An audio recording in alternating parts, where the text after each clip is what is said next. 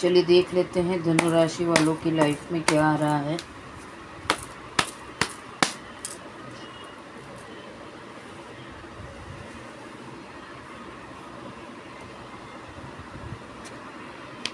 Page of cups की energy है, two of swords की एनर्जी है, द हेरोफेंट की एनर्जी है, द लवर्स की एनर्जी है, knight of swords, okay, then four of wands and four of pentacles.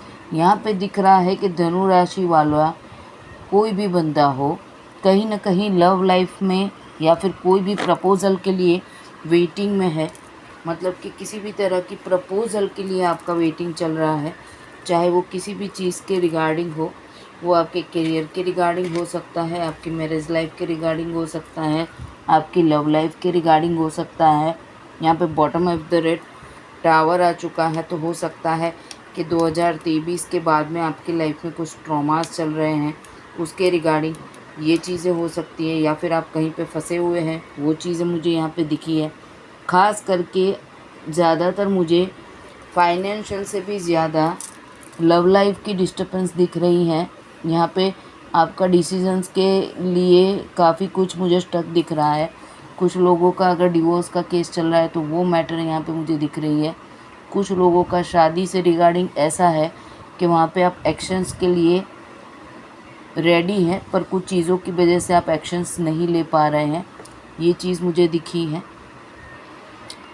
ख़ास करके मुझे यही दिख रहा है कि एक बड़ा सा ट्रॉमा आपकी लाइफ में 2023 से चल रहा है या फिर उससे पहले से चल रहा है, जिसकी एंडिंग आप करना चाहते हैं, जिसमें आप रास्ता ढूंढना चाहते हैं।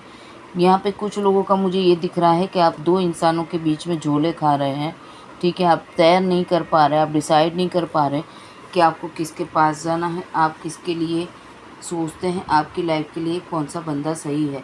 यहाँ पे ये चीज़ें मुझे मैटर कर रही हैं कि आप वहाँ पे डिसीज़न नहीं ले पा रहे, आप ये चीज़ डिसाइड नहीं कर पा रहे कि क्या करना चाहिए, आपको अपनी लाइफ के रिगार्डिंग क्या फोकस करना चाहिए। ये मेन चीज़ है, ठीक है। यहाँ पे द लवर्स की एनर्जी आई है और उसके साथ साथ द हेरोफेंट्स की एनर्जी आई है और आया है टू ऑफ स्वॉर्ड्स। तो यहाँ पे क्लियर मुझे दिखाई दे रहा है कि आप दो चीज़ों के बीच में जगल कर रहे हैं और वहाँ पे जो कार्मिक चीज़ें हैं वहाँ एंडिंग होगी। फिर वो कार्मिक चीज़ आपका लव लाइफ है या फिर आपका मैरिज लाइफ है, वॉटेवर सिचुएशन, पर जहाँ पे आप बहुत ही स्टक है वो चीज़ आप एंड करना चाहते हैं, क्योंकि आप अपनी लाइफ के अंदर एक स्पार्क चाहते हैं, एक लव चाहते हैं और उसके लिए आप एक्शंस लेने के लिए रेडी हैं।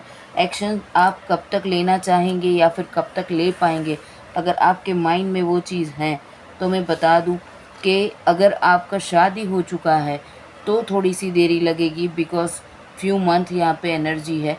क्योंकि शादी अगर आपने कर लिया है तो आपका कोर्ट मैटर बीच में आ जाएगा, तो कोर्ट मैटर की वजह से थोड़ा सा डिले हो सकता है, पर तो भी आंसर यस है। आप उस चीज़ से निकल पाएंगे बहुत आसानी से, क्योंकि द लवर्स की एनर्जी आई है जो आपका ट्विन फ्लेम कनेक्शन दिखा रही है। हो सकता है कि यूनिवर्स ने आपके रिश्ते के बीच में इंटरफियर इसीलिए किया है कि अगर दो बंदों में से कोई एक बंदा बहुत ही सेक्रीफाइस लेवल पे जा रहा था और दूसरा बंदा उस चीज़ को समझ नहीं पा रहा था या फिर ईगो में था, तो वो ईगो यहाँ पे अब सरेंडर कर चुका है।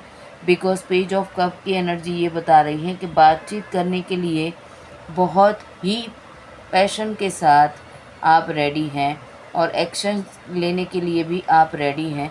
अगर कुछ चीज़ें आपको रोक रही हैं तो भी आप इस चीज़ को आगे बढ़ाने के लिए बिल्कुल रेडी हैं, क्योंकि यहाँ पे द हेरोफेंट, द लवर्स और पेज ऑफ कप्स तीनों का जवाब यस है। और टू ऑफ सोर्ड्स की एनर्जी जो आई है वो नो पे है और नाइट ऑफ सोर्ड्स की जो एनर्जी आई है वो भी नो के ऊपर है।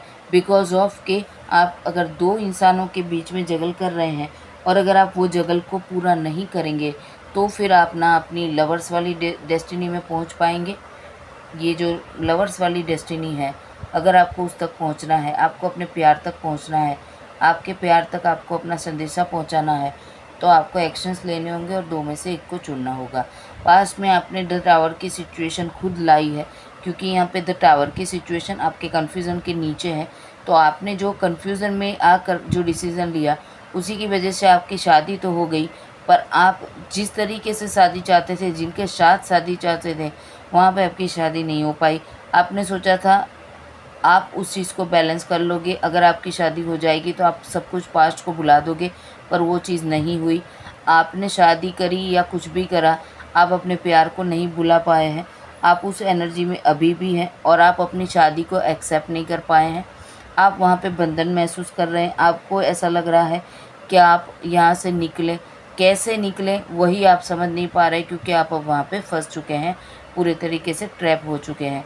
आप वहाँ से निकलने के लिए एक्शंस लेना चाहते हैं, अपने प्यार तक पहुँचना चाहते हैं, डिवोर्स लेना पड़े तो वो भी लेना चाहते हैं, लव एनर्जी को फिर से क्रिएट करना चाहते हैं और एक प्यार के मैसेज के साथ आप अपने पार्टनर के पास जाना चाहते हैं। क्या 2024 एंड तक आप वो कर पाएंगे?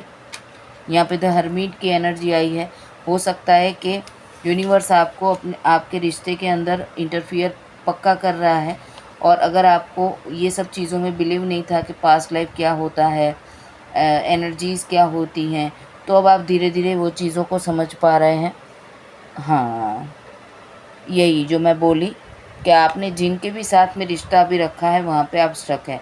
ज़रूरी नहीं है कि जिनके साथ में शादी हुई है वहीं पे आप स्टक हो। यहाँ पे एक ही चीज़ आएगी, ठीक है, 99 पोर्टल के बाद, कि जो रिश्ता कार्मिक होगा वो टूटेगा।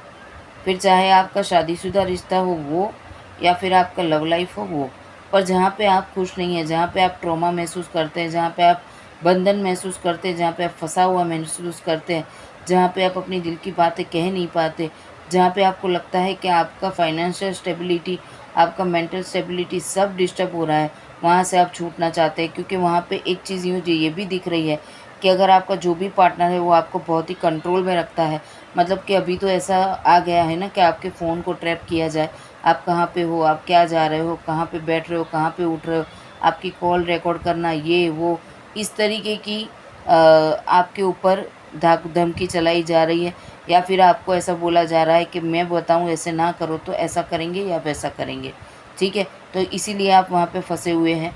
आपका सारा कुछ मनी से रिलेटेड भी हो सकता है कि कुछ लोगों का पैसे से रिलेटेड बंधन बंध गया हो।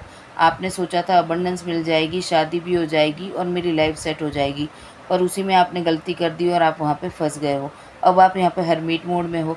आपको लगता है कि मैं अब ये अकेलेपन को कैसे ख़त्म करूँ, क्योंकि आपकी बॉन्डिंग ही नहीं है। यहाँ पे ये सब चीज़ों को आप सफ़र कर रहे हैं। शादी होने के बावजूद आपकी कंडीशन ये है, आपको कंट्रोल में रखा जा रहा है, आप अपनी दिल की बातें नहीं कह पा रहे, आपको वहाँ से निकलना है, आप ये रिश्ते से बंधा हुआ महसूस करते हैं, आप एक डिसीज़न लेना चाहते हैं, आप अपने प्यार के पास जाना चाहते हैं, आप पूरी प्रिपरेशन में हैं, आप उनसे बात करना चाहते हैं। आपको पता चल गया है कि जिनसे आप प्यार करते हो आपका पास्ट लाइफ कनेक्शन है, और आप उनके साथ रिश्ता ख़त्म करना चाहते हैं जहाँ पे आप बंधन में हैं, ठीक है। द हेरोफेंट की एनर्जी एक डिसीज़न को लेके आगे बढ़ाना चाहती है। तो क्या 2024 एंड तक आपको कार्मिक रिश्ते से छुटकारा मिलेगा? आंसर है यस। आप जिनके साथ शादी करना चाहते हैं उनके साथ आपकी शादी होगी। अब यहाँ पे देखो, अरेंज मैरिज भी आ गई है और लव मैरिज भी आ गई है, मतलब कि आप लोग जहाँ पे भी स्टक हैं, जो सिचुएशन में आप स्टक है वो उसको हम कार्मिक बोलेंगे, और जहाँ पे आपकी ज़िंदगी की खुशियाँ हैं उसको हम आपका ट्विन फ्लेम कनेक्शन बोलेंगे, बिकॉज ट्विन फ्लेम की एनर्जी यहाँ पे आ चुकी है, ठीक है। तो ये है आपकी रीडिंग। और अगर आप ओवरऑल पूछना चाहेंगे, अगर आपका फाइनेंशियल स्टेबिलिटी, आपका बिजनेस का स्टेबिलिटी, आपके एग्ज़ाम वगैरह, तो वहाँ पे भी थोड़े से ट्रॉमा है। अगर आप बिज़नेस वगैरह भी चाहते हैं तो वहाँ पे लोन की दिक्कत आएगी, आपका पैसा फंस जाएगा, तो मैं बिज़नेस रेकमेंड नहीं करूँगी। अगर आप जॉब से रिलेटेड कुछ करना चाहते हैं तो उसके रिलेटेड मेरी यस है, पर जॉब के रिलेटेड आपको वहीं पे काम करना है जहाँ पे आपको मेंटली काम करना पड़े और आपकी गाइडलाइन से आधारित आप काम कर सको।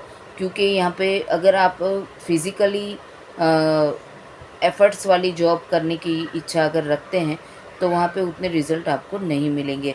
तो ये थी आपकी रीडिंग। चैनल को सब्सक्राइब कर लीजिए, शेयर करिए ग्रुप में, ताकि दूसरे भी इस चीज़ को देख पाएँ। और मेरी रोज़ लाइव आती है, आप उसमें भी आ सकते हैं। पर ये जो रीडिंग है ये सितंबर की है, पर 2024 के एंड तक आपको रिजोनेट करेगी। ओम शिव शक्ति। राधे राधे।